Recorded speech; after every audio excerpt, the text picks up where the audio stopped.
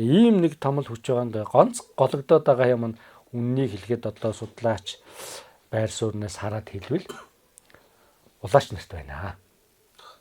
Улаач нар маань мэдлэгтэй, боловсралтай, академик энэ одоо суур мэдлэгийг эзэмших хэрэгтэй байна. Суралцах хэрэгтэй байна. Ном тохимол одоо бусад энэ шинжлэх ухааны салбарын юмнуудыг одоо судалдаг байх хэрэгтэй байна гэсэн ийм юмнууд байгаа.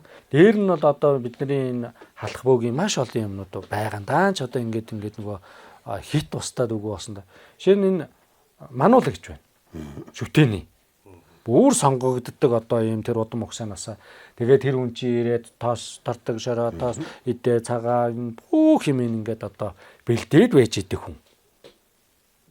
Тэгээд түшээ, тэгээ уулаачгүй тэгээд тэр зөндөө бол ийм одоо дагалдах одоо орон тоонууд байна шүү дээ. Гэтэл бид нэр тэрийгээ болвол ингээ анзаарахгүй хайжээ. За одоо яг хуу тэрийгээ дагж мөрдөж байгаа усуд мэдээж бий л байх. Гэхдээ бол одоо тэгж их анзаарахгүй хайснараа бас энэ нөгөө нийгэмд хүндлэгдэх, ойлгогдох байр суурьуд маань бол одоо ингээ дутуу үлджээ.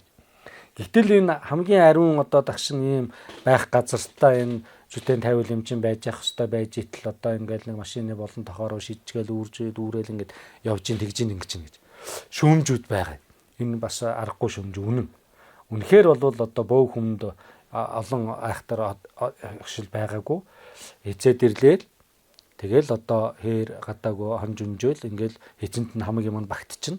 Тэр нь л одоо тэр үний яг өөрийн одоо онголго шүтлэг тахилга болвол маш хүндэтгэлтэй тэр уул ус эзэн одоо тэр байх орших газар бол байж байгаа.